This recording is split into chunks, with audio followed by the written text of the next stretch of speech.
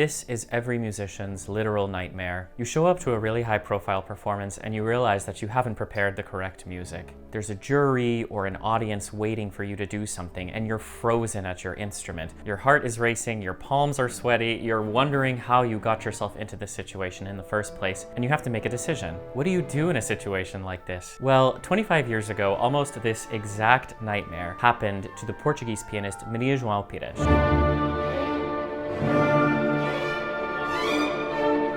Pires was slated to perform with the Concertgebouw Orchestra in Amsterdam, with Ricardo Chailly conducting, in a concert of Mahler and Mozart. I was replacing somebody, you know. They called me the night before at 9 o'clock in the evening, asking if I could come to Amsterdam to play the concert. The orchestra begins playing the opening measures of Mozart's Concerto in D minor, K466. That was not the concerto that she had been expecting. We misunderstood ourselves. I heard 488 instead of 466. She and Chailly exchange a few words on stage, with Pires expressing her disbelief and Chailly encouraging her to go for it. That's left in the last season. I'm sure you'll do that. The world, 2,000 people. I didn't have a panic attack, but I was very scary. With just a few moments left before the orchestra interlude finishes, Pires has to make a decision. Does she run off the stage and call off the concert, or does she lean into the challenge and recall the entire D minor concerto?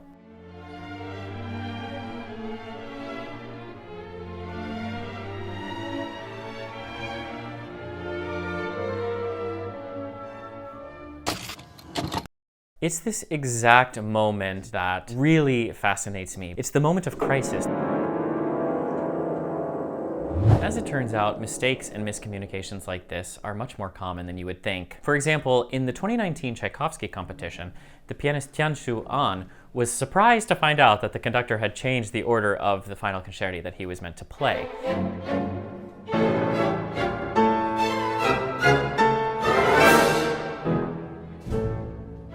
Or in a dress rehearsal a few decades earlier, where the pianist Alicia de Larrocha had to make a last-minute switch from Mozart to Rachmaninoff's second concerto. Even for Pires, this was not the first time that something like this had happened. I must say this happened to me another 2 times in my life. In total 3 times. I hope it never happens again. Without a doubt, mix-ups like this happen all the time. I mean, we're all human. It's easy to make a little mistake here and there, like, you know, misreading the jury requirements and thinking that you can play one particular Haydn sonata in the classical sonata requirement section, but actually it's only Beethoven and Mozart, so you have to learn an entirely new sonata within a week before the jury. That's never happened to me. I'm just speculating. It's no wonder then that moments like this capture our collective imagination so much. I mean, it's such a triumph of the human spirit to watch an incredible artist use their superhuman skills to pull themselves out of a pretty compromised situation. Chailly seems to be just as impressed as the rest of us. The miracle is that she has such a memory that she could, within a minute, switch to a new concerto without making one mistake. The interesting thing is, whenever Pires herself is asked about this moment in interviews, she significantly downplays it. I don't have an exceptional memory, you know. There are musicians who have an exceptional memory. In my case, I am very, very average. But that's not normal. Although it may be hard for us mortals to believe, as Maria João Pires is an undisputed legend, what she's implying here is significant. Basically, she's saying that any of us would theoretically have the capacity to do what she did on that fateful day in Amsterdam. It all comes down to one thing.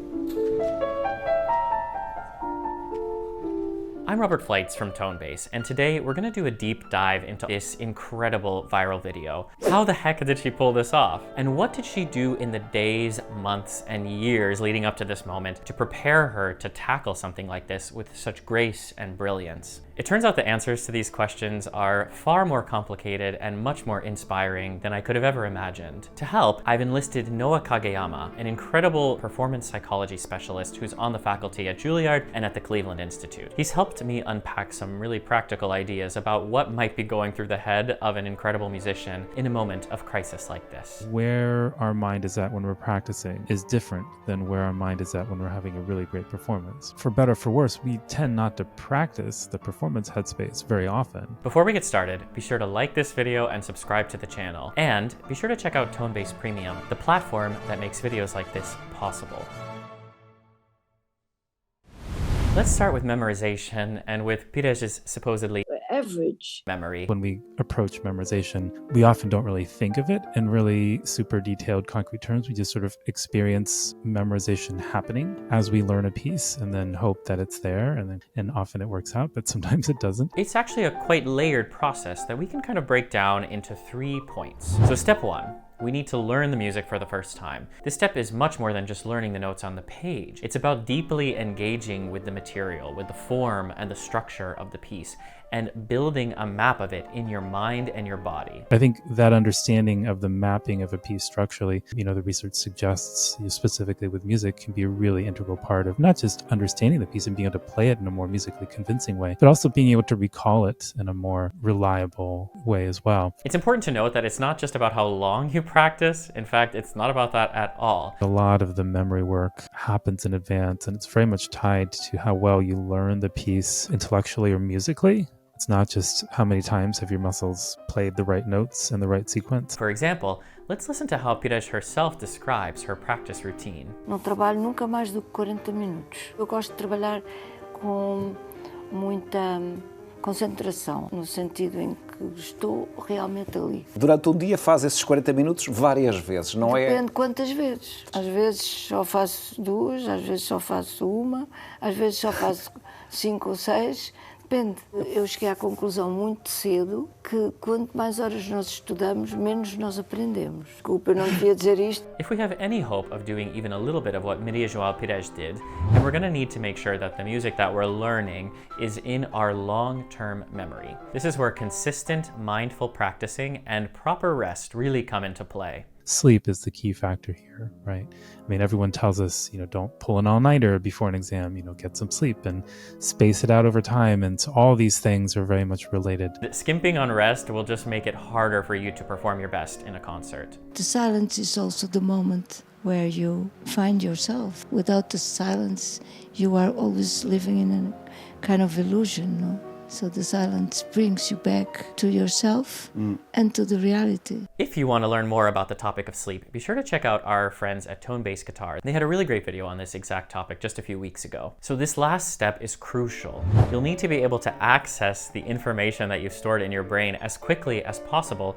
and under a variety of high-pressure situations. You have the memory, the mental memory, and you have the body memory, and these 2 memories have to work together. I think with music, we tend to avoid the retrieval practice because that part of it is not so fun. It's much funner to just kind of study, or encode, play, but take the music away, especially if we're not 100% confident with it, and then try to see if we can get through things. Like, that's not as fun because it exposes the sections that aren't as comfortable or aren't as well ingrained or that we don't really have a clear map for. Start recording yourself early on and challenge yourself to play from beginning to end in your repertoire, even when you're not quite ready. Eu gosto de sentir primeiro, de abordar, de ler com erros, de qualquer maneira, criar caos. Depois, pouco a pouco, o caos vai se recompondo, vai se organizando e as peças vão se juntando. You can make your memory more robust by practicing in different contexts, playing on different pianos, in different rooms, maybe trying your repertoire on an electric keyboard with the volume turned off, playing through your rep for friends and family. All of this will really help you in the moment of truth when you're in a high-pressure performance setting and you need to be able to play your repertoire on demand. No doubt it was extremely helpful that Pires had played the concerto with many orchestras and even recorded it before that fateful day. That experience that she's had that many of the rest of us have not had, right? Like how often do we get to perform a concerto with orchestra, let alone many times? Those sorts of experiences really do help to reinforce and cement those details into memory. But hey, let's be real. No matter how well you practice or how much you prepare, stuff happens. Life finds a way. And it crashes through barriers painfully, maybe even dangerously. Well, this also requires practice. How we look at life in general is really going to make an impact on how we handle situations like this. Back to Pires. Acceptation is something very important to be conscious about. When you accept something, you see like a miracle. Things come back to you. And many times on stage, people like myself don't lose the panic because they don't accept. This idea of acceptance might be related to something that sports psychologists do talk about a lot, which is detaching from outcomes. Just letting go of trying to prove anything or trying to impress anybody or the outcome needing to be a certain way, success, failure, but just being able to be present and be in the moment. Tianxu An's life philosophy also seems to be setting him up really well for emergencies like the one that happened in the Tchaikovsky competition.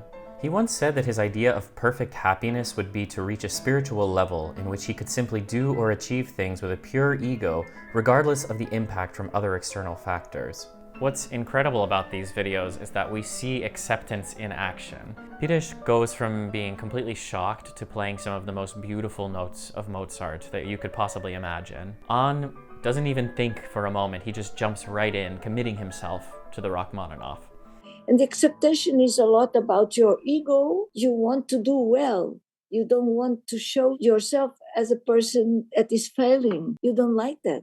One of my mentors, Lydia Artymiw, once said something in a master class that I always think about every single time I'm about to go out on stage. Someone had asked her how to deal with performance anxiety and stage fright. And she said that in order to combat stage fright, she always thinks, right before she goes out on stage, about her favorite moments in the repertoire that she's going to play. She runs it through her mind and she transforms that feeling of anxiety into a feeling of excitement. Excitement that she gets to share these moments with the audience, that she gets to play these moments on stage for these listeners. You remember about what it is that was important to you in each of those moments and trying to say the things that you would like to say with the music in each moment without worrying about what's coming up in the next line or what might have happened in the previous one. I think that simple twist is just so incredible because it reminds us that the performance is not just about us, but we are in service of the music, and we have this really humble privilege of being able to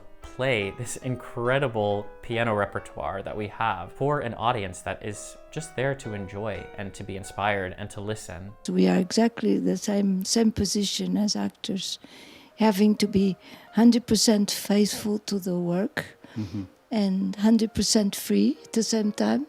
So it's kind of finding a balance where you are not absent, but you have all the space open for the composer to be himself. Maria João Pires' incredible viral video will no doubt continue to inspire generations of pianists and musicians and humans in general. But when asked about this moment in an interview, Pires reveals that she has quite a different take on all of it. It's like a joke. It's not a high moment. High moments were for different reasons, perhaps. It's wild, right? This moment that is just so incredible to all of us was just another day at the office for her, and a rather stressful one at that. It's a humbling reminder that something that is inspiring to all of us can feel quite different for the person who had to go through it. I don't think any of us would choose to be in a crisis situation like this, but it's a moment that we can all learn from. Being musicians, we have to allow ourselves the vulnerability to make mistakes in the first place. It's precisely from that vulnerability that we grow the most. I think so often we recognize that where our mind is at when we're practicing is different than where our mind is at when we're having a really great performance, right? Because when you're having a really good practice session, there's a lot of self-monitoring and evaluation and judgment and critique. However, on stage, I think when we know that we're having a really bad day, it's when we're doing all the self-monitoring and analysis and evaluation and critique and judgment and When we're having a good day, a lot of times musicians say, I don't really remember thinking about a whole lot, or I was just in the music. And those are very different headspaces. To the degree that we can intentionally practice performance mode, it makes it easier to flip that switch. At the end of the day, even the most incredible pianists are just humans like the rest of us. And with the right preparation and planning, we can achieve incredible things in our playing that we could never have imagined. It's the best moment of the performance. The best of it is that we really share with people. Something where we don't know anymore who is creating or who is playing, who is listening. Thanks so much for joining us today on this deep dive into Maria João Pires' incredible moment. I hope that you found it helpful and inspiring. I'm wondering if any of you have ever been in a situation like that and what you do to prepare yourselves for crisis moments in your performances. Also want to give a huge thank you to Noa Kageyama for joining us on the video today. You should absolutely check out his website. And his insights into performance psychology have been incredibly helpful to me. Just from reading his periodic newsletter, I get so many great ideas. And be sure to check out Tonebase Premium, the platform that makes videos like this possible. They have such a rich library of pedagogical piano inspiration from pianists from around the world on topics such as memorization, sight reading, phrasing, you name it. It's all there. Be sure to check the link in the description below to get started with a 14-day free trial. And before you go, be sure to like the video and subscribe to the channel. I'm Robert Fleitz from Tonebase, and I'll see you next time.